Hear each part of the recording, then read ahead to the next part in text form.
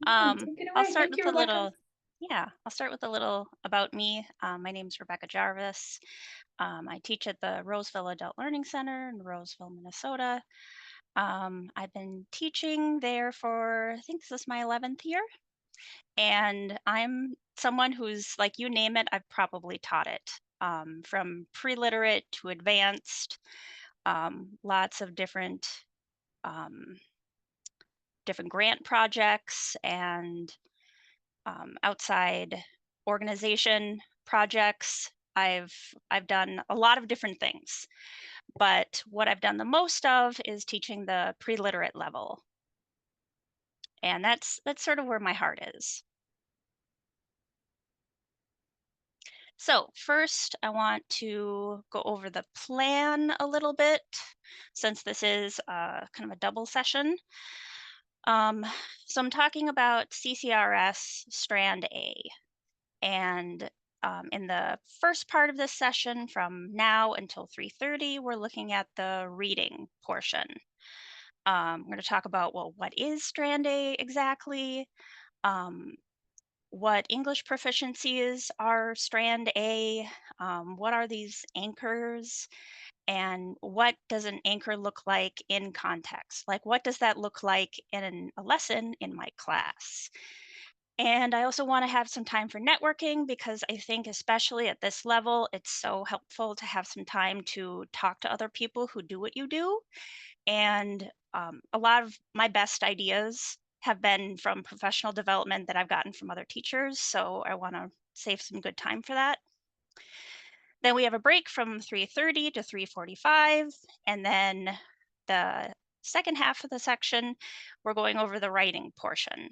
So if I need to repeat the first part of explaining what Strand A and the proficiencies are, I will. If there's a big change in who's attending the second half of the section, um, if not, we can spend a little more time on materials sharing and networking and applying some of the things that I'm talking about today in context, what this looks like. So, first question is, when I say CCRS, what book am I talking about? Is it the blue book or is it the red book? So, my experience is usually when we're talking about CCRS in ABE, we're talking about the blue book. So, for the sake of this presentation, I'm focusing on the blue book today. The red book's great, but it's kind of a different thing. And one of the goals I had is to give people an idea when I don't know about other people's program, but in my program, we've been working hard to align more things to standards. And in the beginning literacy team, that can seem really intense. So I want to give you some stuff to work with and make this feel a little more possible. So let's talk about the blue book a little bit. The blue book was adapted from Common Core in K-12. And today I'm just focusing on the reading and writing skills, but then they also have standards for language, listening and speaking, the reading foundational skills, and math. So for today, I'm just looking at the reading and the writing standards, not the other ones.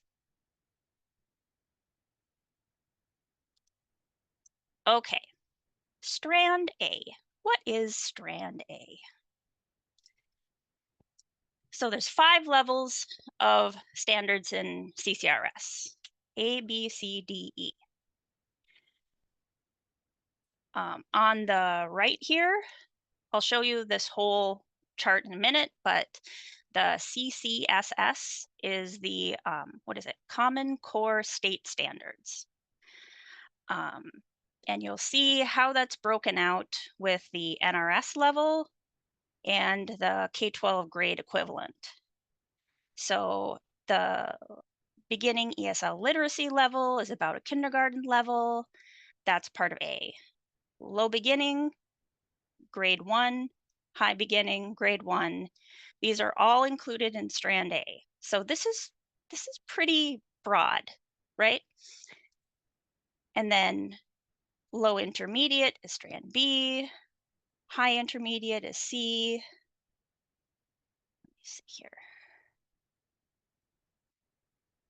So when we're looking at the, let's see, so we had that. Advanced is strand D. Um, strand E, you'll see on here, isn't listed on the NRS level. I think this is kind of off the charts for an EL learner. Once you get to like a 9 through 12 high school English proficiency, your adult secondary education, you're kind of moving over to the ABE side.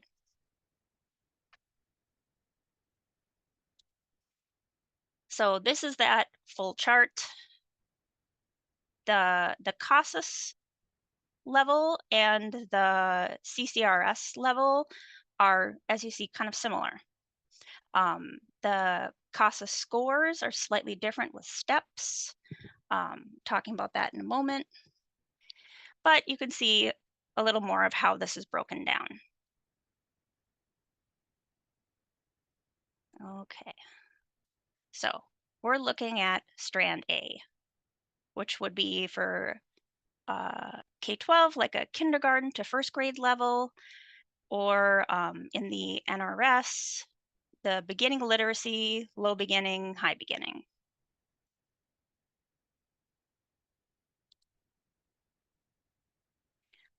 And here, so the new CASA STEPS tests have come out.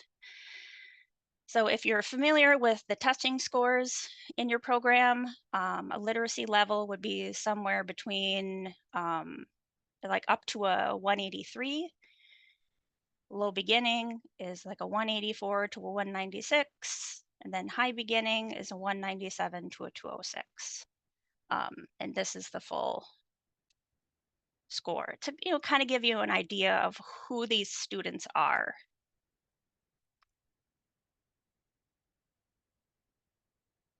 Okay, let me see.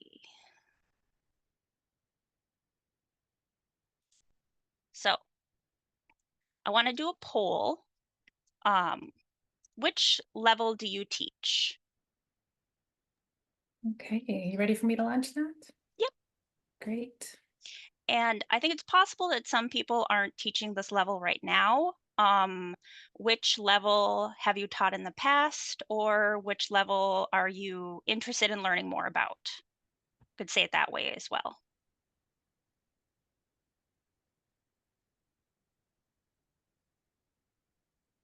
All right. You should be able to see those results kind of I do. shifting, so we can give them another moment here.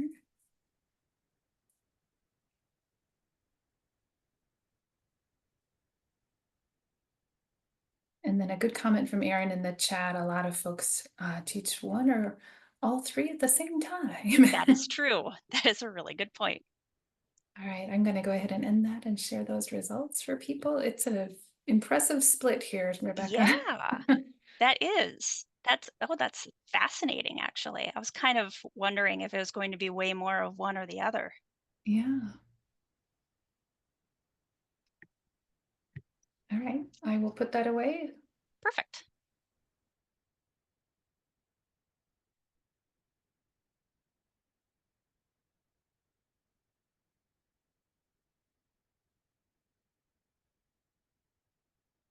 Okay, let me close that. There we go. Okay, so strand A is pretty broad. So we're dividing it into 3 levels. And I think a really important takeaway from this is that what we call meeting standards will look very different at this level. Um, like people who've worked with the pre-literate level know, you know, a goal might be writing a B instead of a D. Um, so it's important to keep in mind that what we consider meeting standards and what they do in like a diploma program, it might look really different, and that's okay. it's still standards. It's still meeting standards. And then within Strand A, what works for a high beginning might not be possible or appropriate for a lower level learner. As many of you who are teaching a multi-level beginning class know, what works for some isn't going to work for others. So it can be really tricky.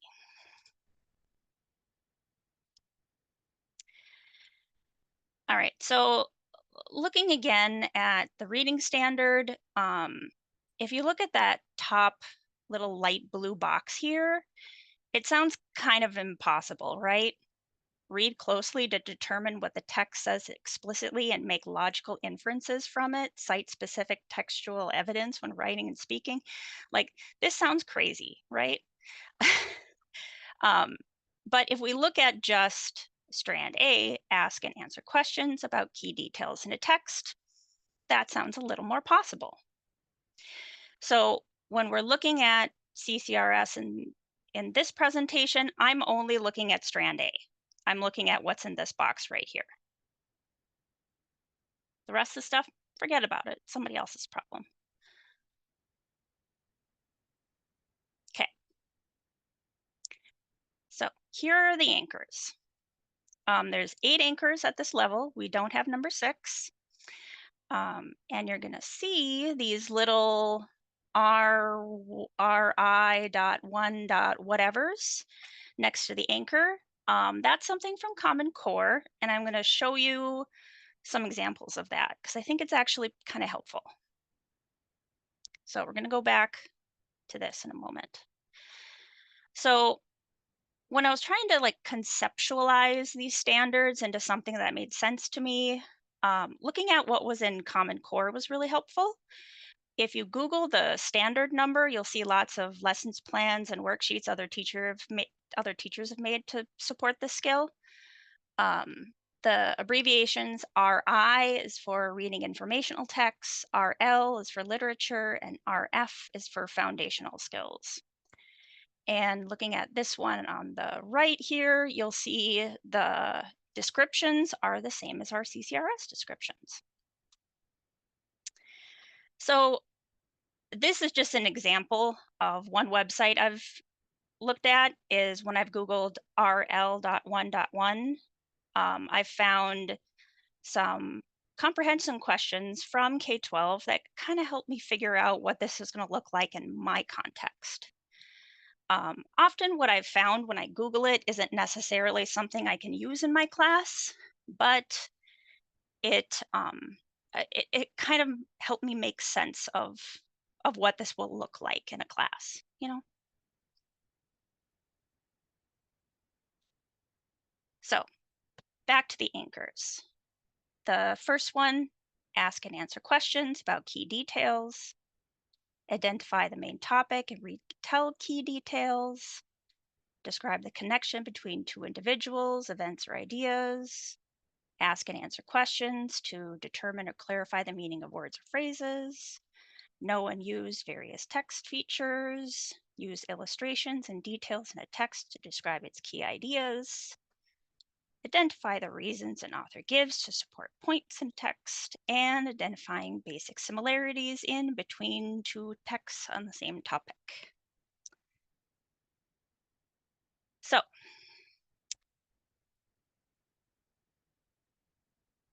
I imagine a lot of people are saying, so you're telling me that my students that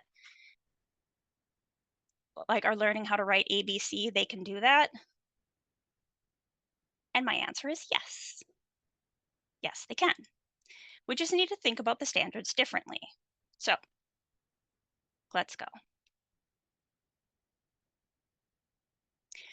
Okay, so next I'm going to go through the anchors and I'm going to show an example of activities you could do at all 3 levels.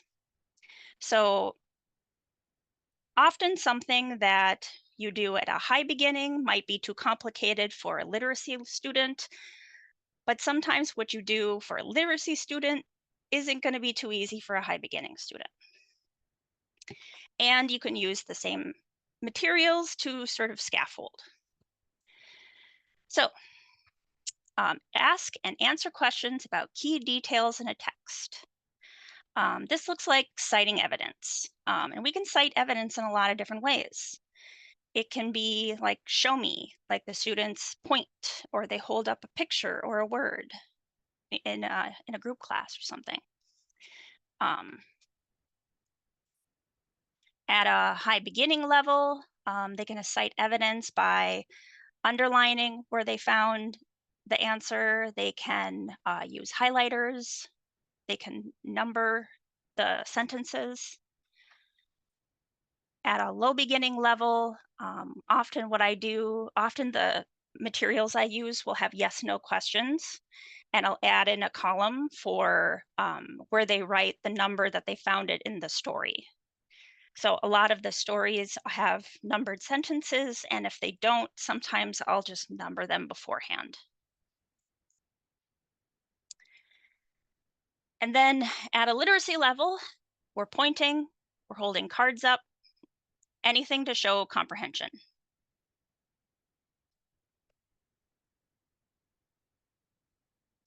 All right.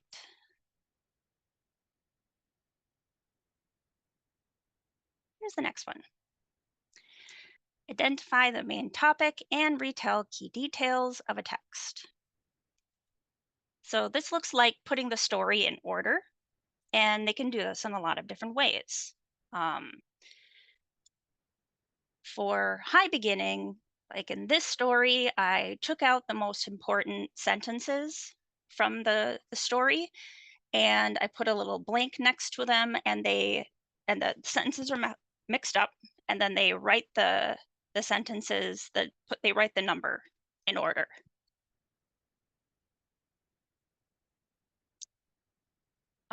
You also can use sentence strips. This is a little easier than numbering, I've found. So similar thing, I just copy the most important sentences, and then I have the students cut out the strips and put them in order. Um, you could cut out the strips yourself, but my experience is I don't have time for that, and I have the students cut it out for me. And it's also kind of a separate lesson of following instructions and that sort of thing. It could be really interesting what happens. Um, and then at the literacy level, you can just use pictures, putting pictures in order.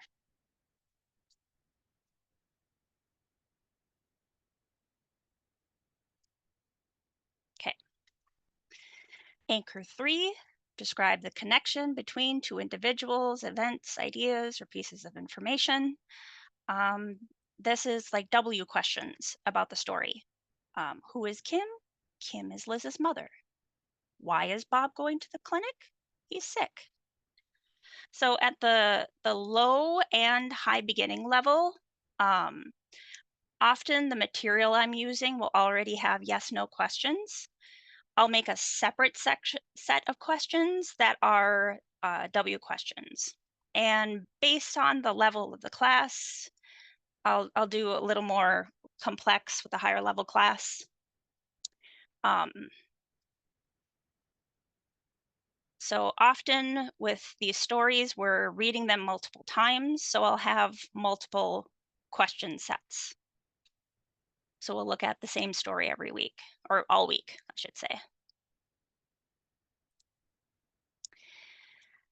Now at the literacy level, W questions can be a bit much. So in this case, we're connecting words to pictures. So in this example, I'm teaching the word in, like in the bag, in the car. And I have pictures that are separate from the materials I'm using that are still like a different bag and a different car. And here they circle to finish the sentence. Okay. Anchor 4, ask and answer questions to help determine or clarify the meaning of words and phrases in a text. Here we're connecting the picture with the story or the word. So most of our resources have a picture at the beginning, which is great for building comprehension. The first thing I do is when we're reading a new story is we look at the picture. What do you see? I'll ask, who is this? What is this? Um, it's also good for reinforcing vocabulary, like in this story example. Wrinkled is a word that my students would really struggle with, so the picture helps them remember what the word means. And it's also for reinforcing vocabulary. So this could be they write the word next to the picture, or they cut out the word and put it under the picture. All right. Number 5, know and use various text features to locate key facts or information in a text. I call this follow the format.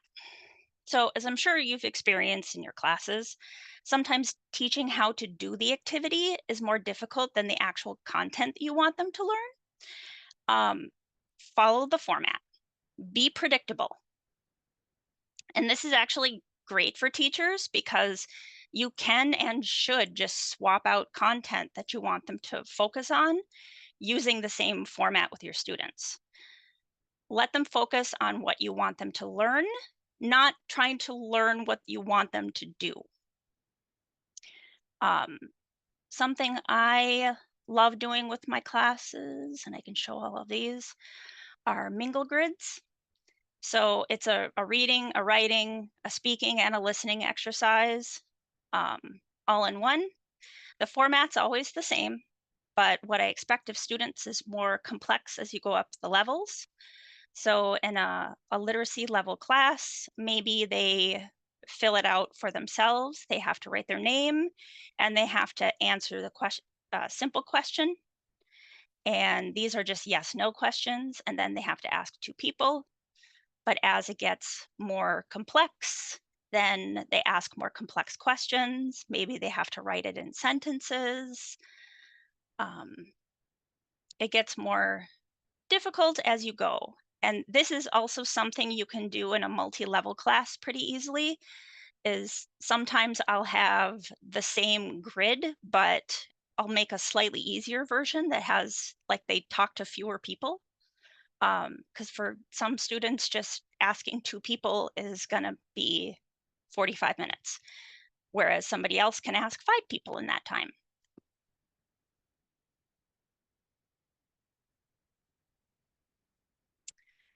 Okay, anchor 7, use illustrations and details in a text to describe its key ideas. Connect the lesson to real life. I think it's best to use the real thing if you can. Um, like, for example, the first page of the Aldi ad is great for teaching food vocabulary, but sometimes I can't find what I want and I just have to make it myself, like this I Can Fish brochure I made for a class. Um, and then put in questions about the stuff on the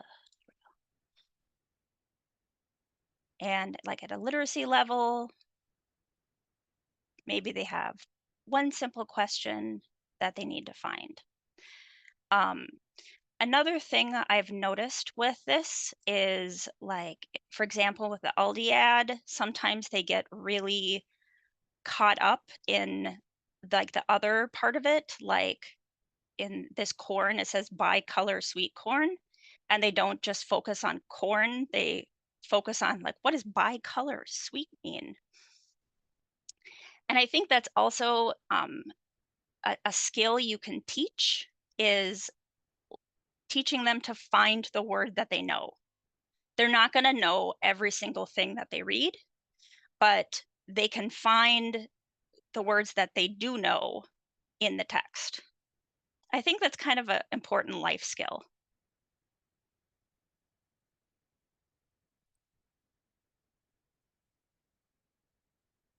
Okay, anchor 8, Identify the reasons an author gives to support points in a text. These are why questions. Um, Another thing that if you can use a real life example, it's great. Like in this story from Health Stories about washing your hands. I did another little lesson from the Department of Health sign. This was pretty easy to read. Or it can be questions from the story itself, like when you're writing those W questions. Why is a separate um, that's a separate standard? So for a literacy level, this is pretty hard. Um, W questions in general are hard, and why is a pretty tough one for them to answer. And the best thing that I've come up with is connecting a problem with a solution. So, like when you're teaching health vocabulary, um, I have a cough, I need cough syrup, is connecting the problem with the solution.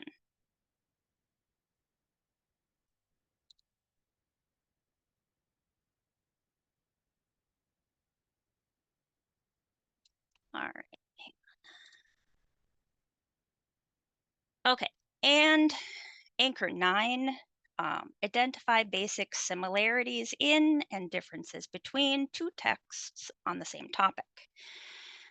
So, if you have a sequential or a similar story, that's great. Um, like in High Beginning, I've used the novel scenes books. They're like chapter books, and part of the routine is talking about the story so far. Who is this? Who is that? What's the problem? Also, Talk of the Block, I guess, is out of print now, but it's still one of my favorite books. We talk about Pam, all the things Pam's up to, and also creating supplemental materials for the story. So if you're reading a story about somebody at work, write out a simple work schedule and tie the work schedule. You do like a little test practice sort of thing. Tie the work schedule in with the story. Um, Another example is the book At the River. They use a lot of the same characters, so that would be a good one for like a low literacy class. Is talk about the relationships between the people or between the topics, that sort of thing. Okay, I powered through that kind of quickly. Let's see. Any questions about this? I should have paused for questions earlier, I think, but that's okay.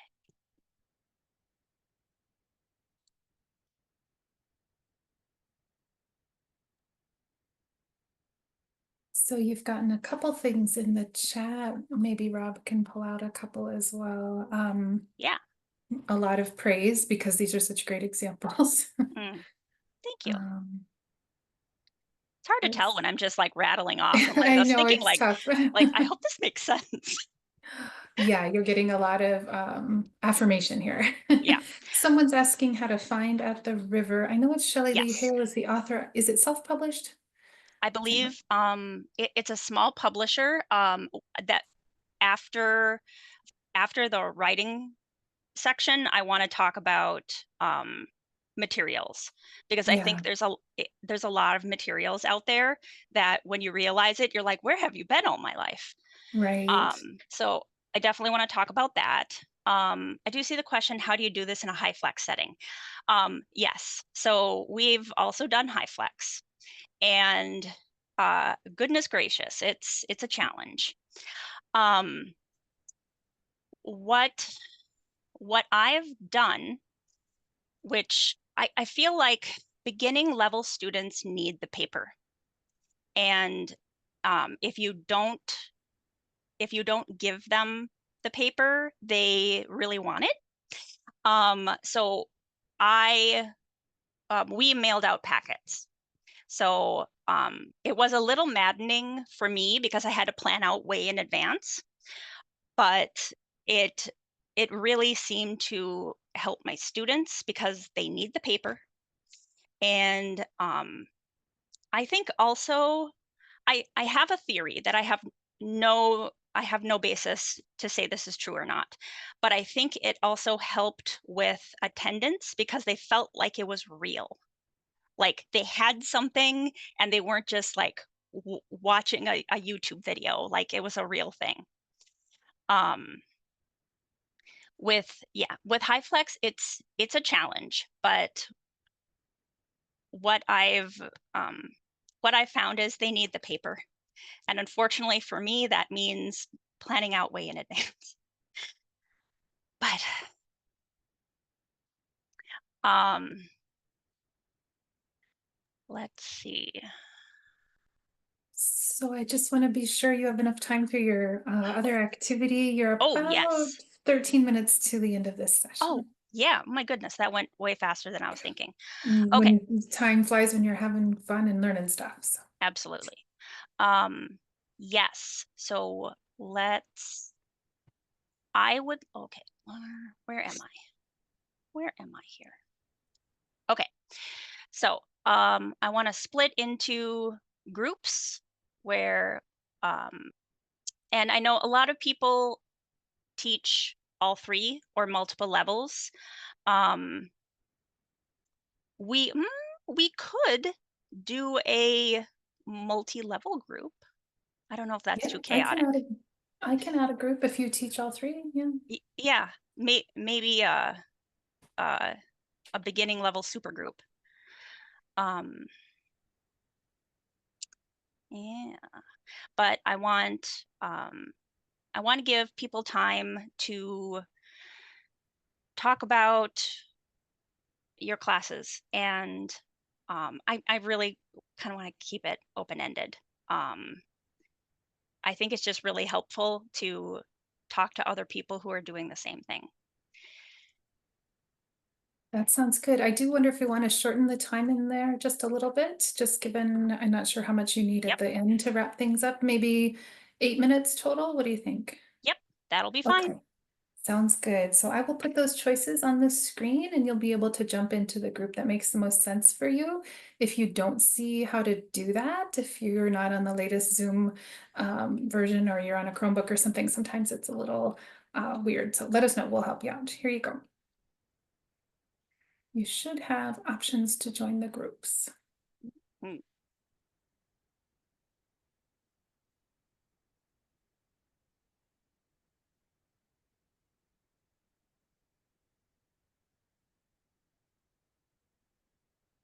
If you haven't chosen yet, I encourage people to go to High Beginning. Someone's in there all by themselves. So join a High Beginning group. If it's all the same to you. mhm. There we go. Thank you, Betsy. Okay. Oh, Melissa, which group would you like? Go with high beginning because you can always talk about how to go down. Yeah, if some people didn't get the choices, it might be that you don't have the latest version of Zoom. Rob, I think we could just Mm, assign people, yeah. given that there isn't a whole lot of time. And then if the interpreters could tell me where to put you all. We're just waiting to see which group Heath goes into. We're watching at the Oh, moment. okay, great. I don't So Rob, believe if you it's could just put Heath. people in groups for me, that would be great.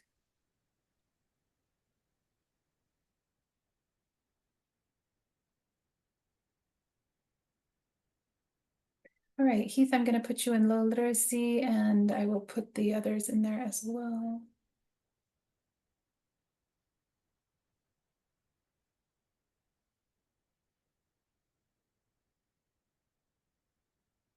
Jeremy, high beginning, just a second. Debbie, high beginning.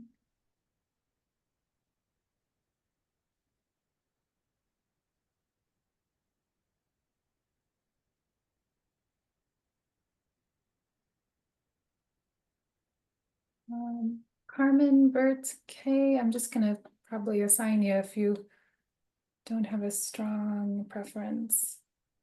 It's just for a couple of minutes to connect. And she,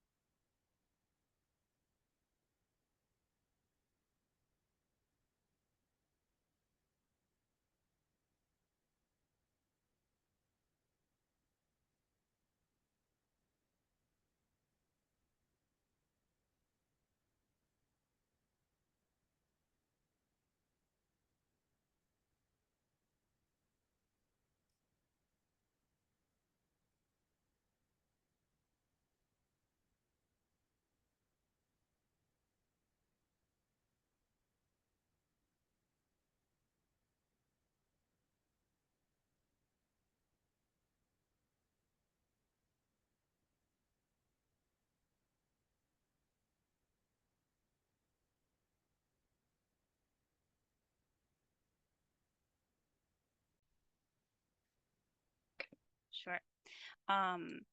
So I have a break time scheduled in about 3 minutes. Hang on. Where did my, there it is. I go back to my schedule. So I think after we take a break, we'll just jump back into the writing anchors and what those look like. And we'll have more time for networking. And I see that a lot of people have very multi-level classes, which is to be expected. But that will do the networking slightly different. And also I want to spend some time talking about materials you can use at this level, because I think there is a lot of great stuff out there, but you kind of have to look for it, because a lot of it is teacher made. Okay. Well, unless you, Yeah, I wonder, yeah. since we just have a moment, if people do have a favorite material that they use, they could drop it in the chat so that we remember to come back to it later. Otherwise, we could just go ahead and take a break. We won't actually use a different link for the second half here. We'll stay in the same link, and we will come back at 3:45. Yep. Yes, Sarah, the Bow Valley readers are a favorite for sure. Yeah, actually, I love that idea. If you could, in the chat, write some of the materials you like to use, that would be very helpful. Kayla's asking, where do you find those? So Sarah, if you're still with us, go ahead and drop that. You're welcome to continue using the chat during the break time, but you're also welcome to walk away. Yep. We'll see you in a little bit. Yep, I'm going to refill my coffee, so I will be right back. All right, thank you. And if you are just joining us, again, you've chosen wisely. This is Rebecca Jarvis speaking on CCRS at low literacy levels, and we're so glad you're joining us. Thank you, Rebecca. Yep. Yeah, welcome back, or thanks for joining us. This time we're going to talk about the writing anchors for Strand A. There are even fewer of them, which is great. I think there's only 6. But you'll notice that these are even more complicated sounding. Like write informative or explanatory text in which they name a topic, supply some facts about the topic, and provide a sense of closure. Like, my goodness. Again, the part in the parentheses, the W.1. whatever is the Common Core standard. And if you're looking for some inspiration, you can always Google that, and it'll give you some idea of what this looks like in K-12. That was so helpful to me for like putting this into like my own context. Let's see. So again, looking at these, it's a bit overwhelming. So we're back with the Muppets. These are even crazier than the reading standards. But you know what we have to do. We just have to break it down. What is considered meeting standards is different for us. So there is no anchor 1 for Strand A, so we're starting off on anchor 2. Write informative or explanatory text in which they name a topic, supply some facts about the topic, and provide a sense of closure.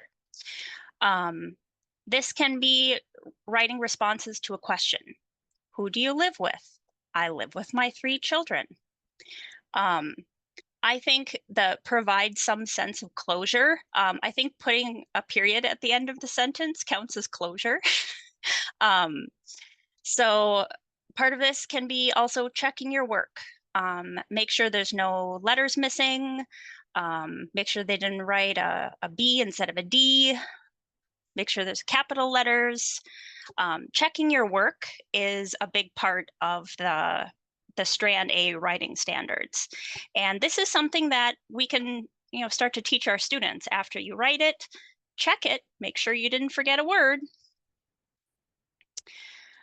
So at the literacy level, this is answering really basic questions about personal experience or lesson materials. So this is an example where we were drawing little stick figures, which I learned is another thing I taught them how to do because my literacy level students had never drawn a stick figure in their life. And they just wrote in the number. I have 2 daughters, I have 2 sons. At a lower beginning level, you're answering the question more fully. This is something I do when I'm teaching vocabulary. Like in this one, we were learning about housing problems. So I found a picture of a broken clock because we learned the word clock and we learned the word broken. So they put the sentence together, the clock is broken. And then at a higher beginning, you're getting a little more complex. They were asking and answering questions about a daily routine. And in this one, it was doing she wakes and he eats, remembering the S on there.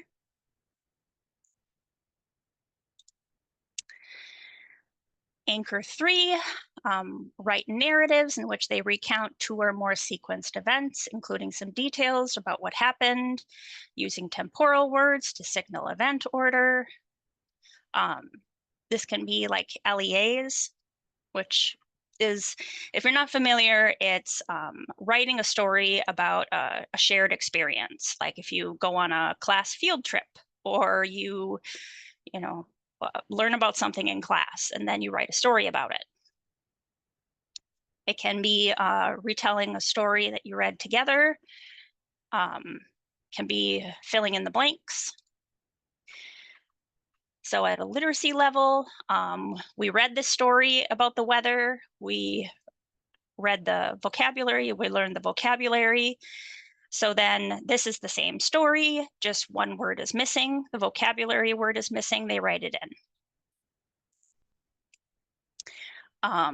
It can be like a shared experience. So this example, we went to the Minnesota Zoo and afterward, we learned some of the names of the animals that we did see while we were there and learned the difference between yes, I see and no, I don't see.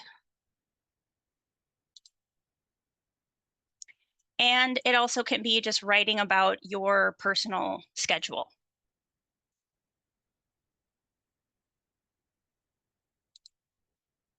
Okay, Anchor 5, with guidance and support, focus on a topic, respond to questions and suggestions from peers, and add details to strengthen writing as needed.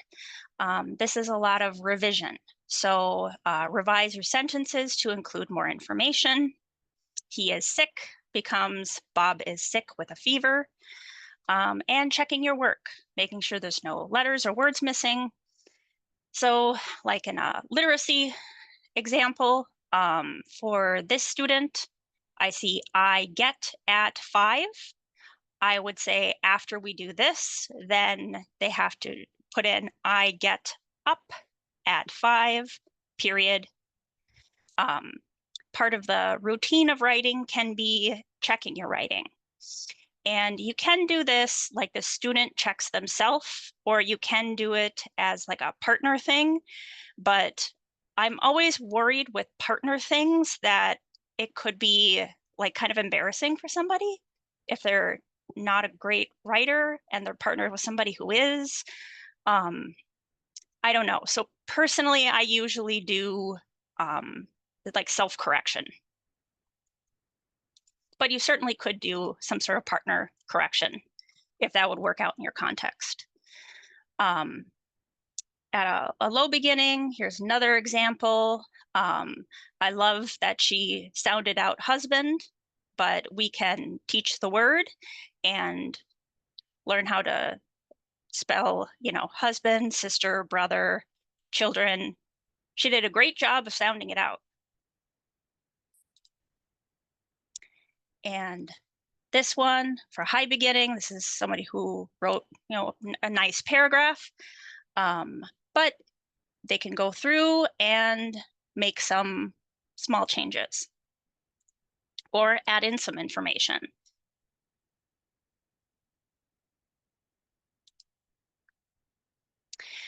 Okay, Anchor 6. This use a variety of digital tools.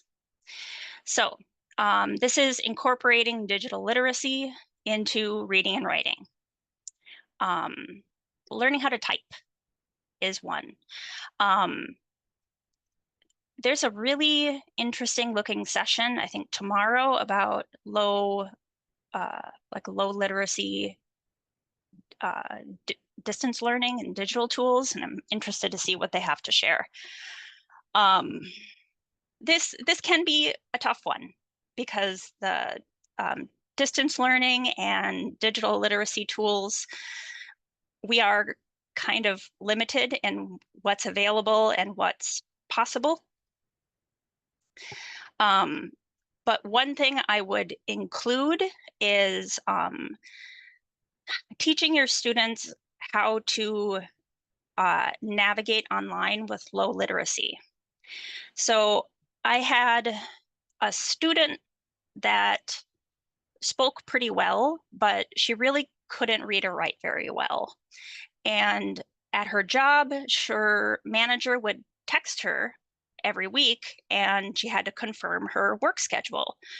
So we worked together to find out how she could do text to voice for reading so she could understand what the email or the text message was, and how to do voice to text so she could respond. And I don't have a real smooth way of doing this. What we came up with involved using Google Translate, and it was a little convoluted, but it worked for her and she was very proud of herself. So I think part of it is learning how to navigate the modern world as a low literacy person and giving people those tools to, you know, sort of exist as they are right now. Okay. Participate in shared research and writing projects. So this can be like partner writing activities. I do these at all levels. They'll do a little partner interview, and at a literacy level, sometimes what they need to write in is very limited. And when I've had classes of all literacy level students, we've kind of gone through it step by step before. So that is something you can do. For low beginning, can use a little more complex information. This is an example of, we were learning colors and articles of clothing, and then a little bit about adjective order, like she's wearing a black shirt instead of shirt black. And at a higher level, you can have pretty open-ended questions, like ask your partner, what do you do for a headache? And they'll tell you. And then also it can be following instructions. I've done some things in class, like some little like arts and crafts sort of things, making Valentine cards, cutting out snowflakes. That also is sort of a group research project, we'll call it.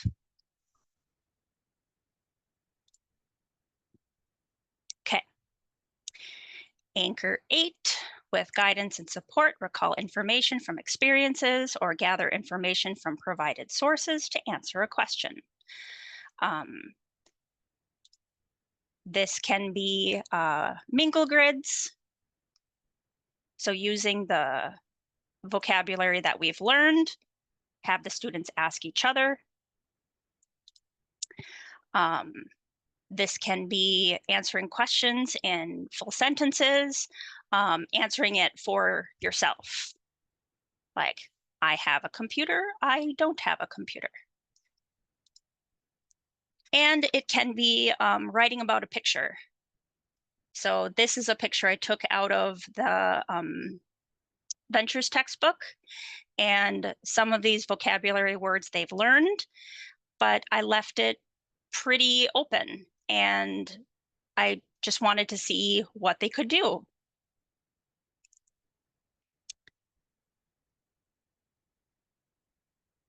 And okay, so that's the last anchor.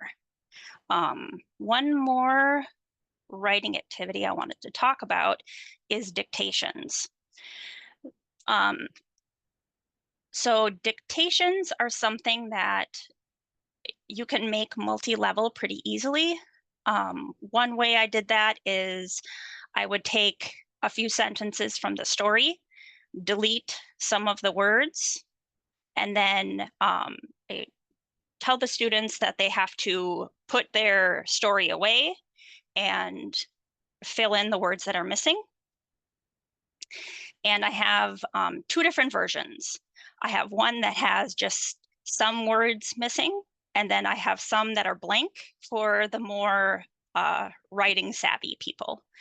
And for the students who really can't even do this, sometimes I'll tell them, you can have you can look at your story if you need to.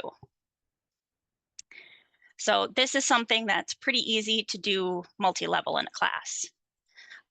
Another one that I've really enjoyed, I've done it in a lot of classes, is kind of the same idea, but you have words in, you do put them in little boxes and cut them out.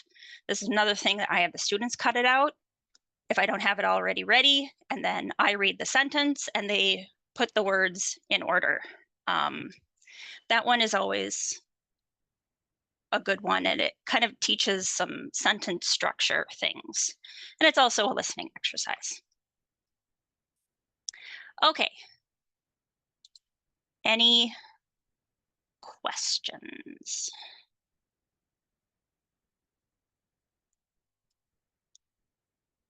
Let's see. Yeah, for writing assessment or writing assignments,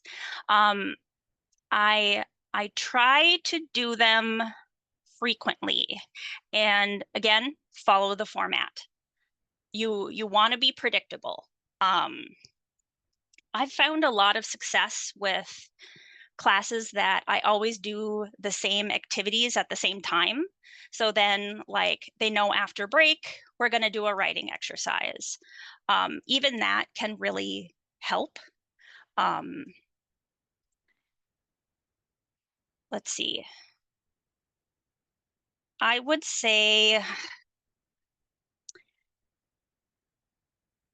like, how long?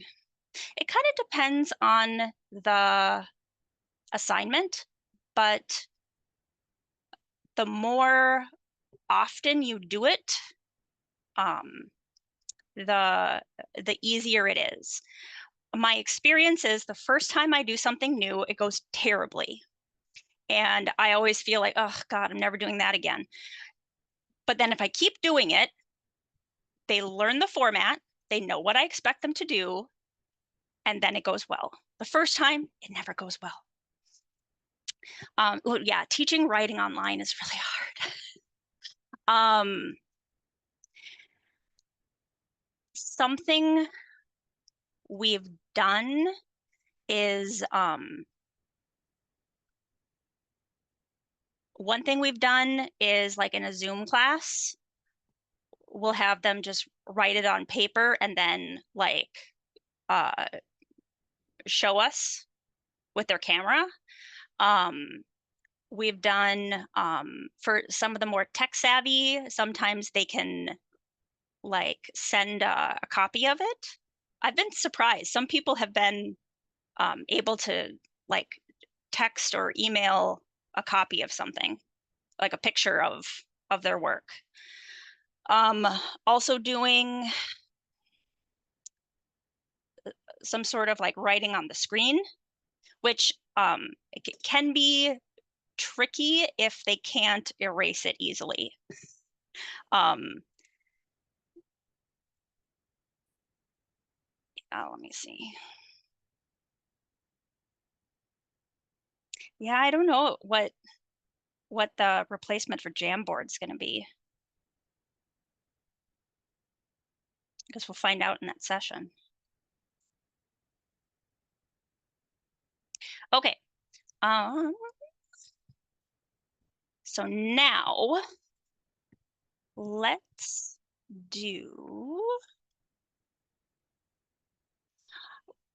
do a little group exercise. Yeah, should I add a group? I think there's enough people that teach all levels that we probably can just put people into like a random group. Okay. And I think like smaller groups would be good because I want people to have the opportunity to really talk to each other. How many people in a group would you like? Thinking like, well, maybe like 4. Okay. Sounds good. All right, don't get off the bus, people. This is where you actually like get to talk to each other. So Yes. So as far as what to talk about, I'd like you to talk about your experiences with this level, what classes you've been teaching currently or in the past, struggle you've had, successes you've had.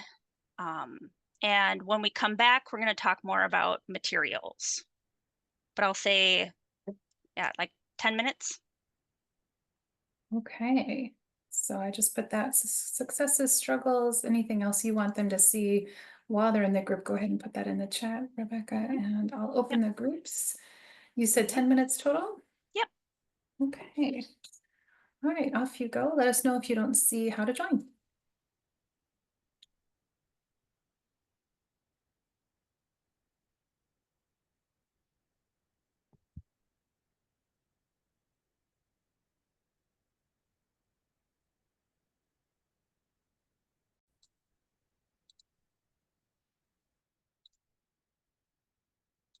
Okay, welcome back. I'd like to hear some successes. Does anyone have any successes that they can share?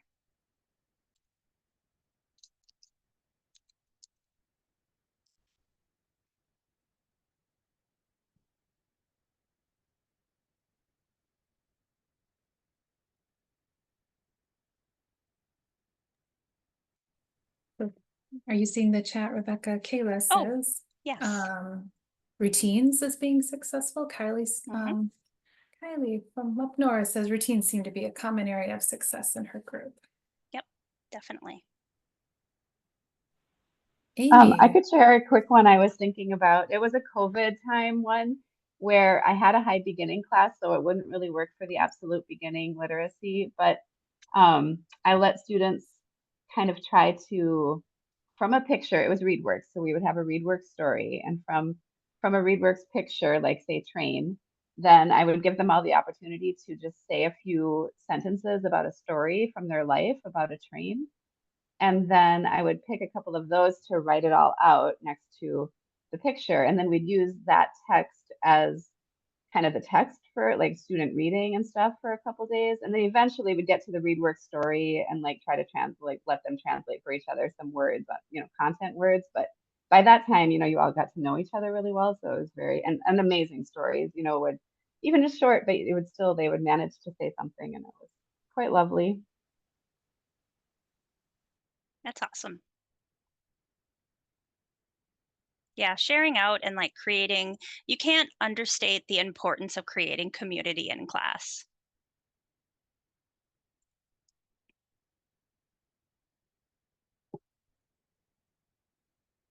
Yeah, and definitely as Katie said, there's an opportunity for students to help each other, and you learn a lot from teaching, as we all know. If you can teach it, it can really show mastery that way. Okay, any struggles anybody wants to talk about?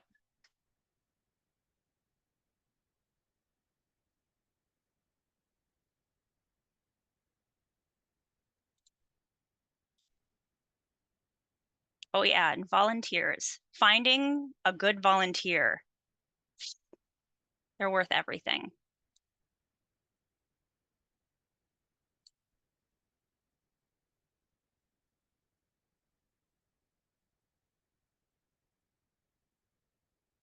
Mm-hmm. Not letting the reading drive all the instruction. I really like that. Yeah, I've noticed that as well. In the past, I was super reading focused, and I've moved away from that to diversifying what we do a little more, and I think it's working well for my students.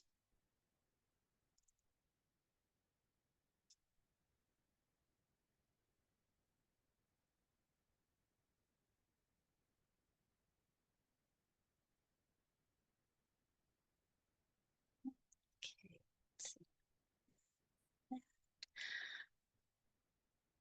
Okay, well, we have about 10 more minutes, so I want to talk about materials. So I have been, I'll do it this way. So I've been putting together a list of materials. So some of the things I thought about just off the top of my head, New Readers Press. I know a lot of people are familiar with it. They have a lot of books, especially for the high beginning level. Lots of different reading activities there. ABC English has been mentioned here. It's really fantastic. It's a teacher, I want to say she's in Utah, and she has lots of materials for everything from pre-literate up to, I'd say, like a high beginning. The reading skills stories are great stories. At the river and at the lake, we've mentioned. It looks like she has some new books. I just looked at her website. That was kind of exciting. And this one is new to me. It's called Pathway to Literacy. I think Patsy actually mentioned it to me. They have a huge range of stories from a beginning. Oh, she will be at Language and Literacy Institute. ABC English is not free.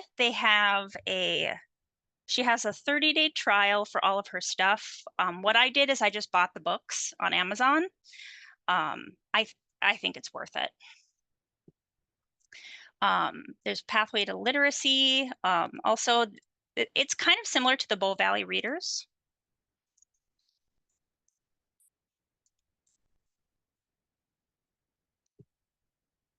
So I'll put a link to that. Any other materials that people are using? I know there's some common ones, like a lot of programs use Ventures and Future. Those ones are both good. For a little higher, it's not appropriate for literacy. Pathway to Literacy is free. Oh yeah.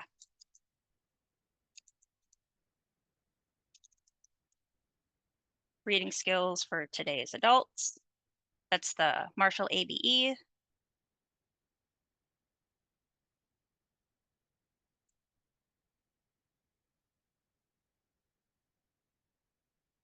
Yep. News ELA. I heard someone mention ReadWorks before.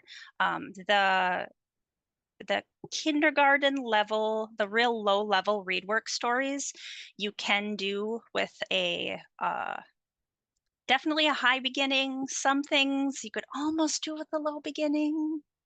You can find some good stuff in there. Yep, and Literacy Minnesota, of course, they have lots of free curriculum.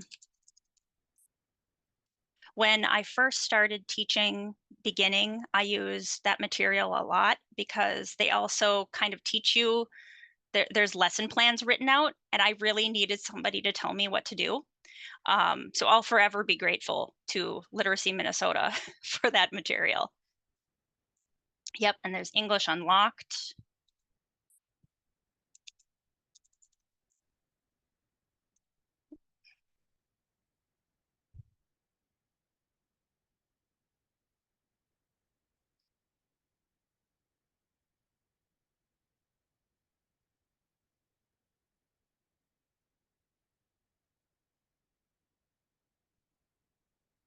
Let's see.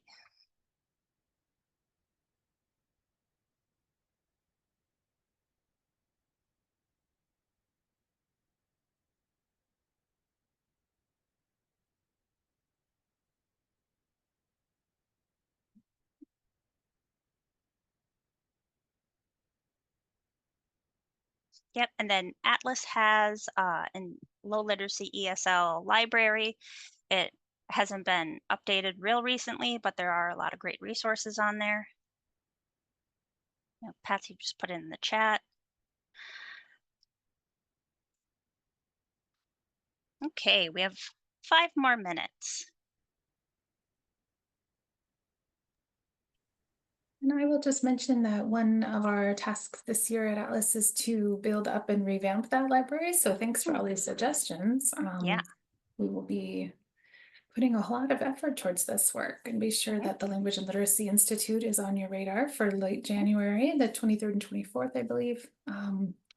And we will be signing people up for Jen Christensen's all-day workshop that she will be presenting there. She's the one who developed ABC English. Yeah. And yes, indeed, she's out in Salt Lake City, Yep. Utah. Yeah, I've been really impressed with the material she has. It's really cool.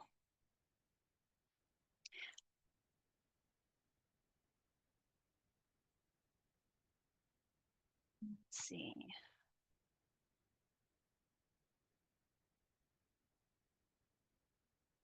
Let's see. Anything else? Oh, yes, that's right. What's next? That's by New Readers Press. And our own Leah from Hubs wrote that one.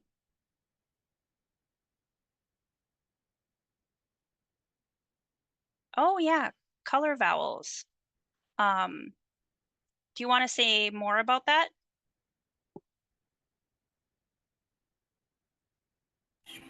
I don't know a whole lot about the color vowels. I've just went to one, kind of short webinar session about it. Yeah. So it'd be interesting to learn more about it. Yeah, I agree. I've learned a little bit about it. I think it's a really interesting way to teach pronunciation, and I was wondering what your experience was with it, because I'm also kind of getting into it. Oh yeah, Laubach is a classic.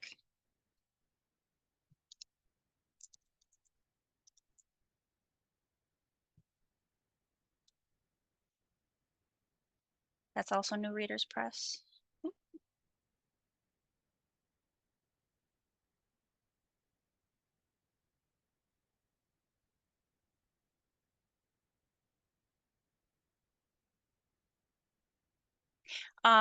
The color vowels, if you Google it, there's information. It's actually on like a US government website. It's a way to teach the vowels by corresponding it with a color, because works out that way. So like the ah sound is black. If you Google color vowels, you'll find some information on it.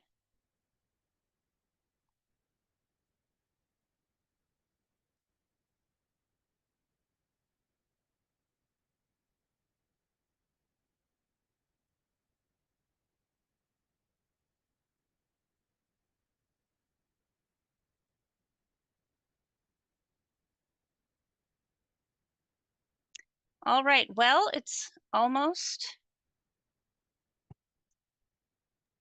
4:30. I want to say thank you to you all for coming. This has been my first presentation of this sort. So thank you for learning with me. Well, and I just want to thank you, Rebecca, for sharing your expertise. You clearly know all sorts of things we all need to know about working with this level. So thank you so much for creating the space for this and for taking on your first presentation as a double session at that. So that's very brave. So if people could show some love in the chat or give her a thumbs up or high five, I appreciate it. wonderful. I really am glad that you joined us today. In your Skid app, you'll see what's next. Of course, there's a couple of things happening later today, but this is the last, I believe, session this afternoon. There's a vendor fair and then trivia with Jason later. And then tomorrow we start in again with restorative movement at 8:15 and the first session begins at 9. So thanks everyone for joining us, and I'll end the recording here, but Rebecca and Rob can hang for a couple minutes as needed. Sure.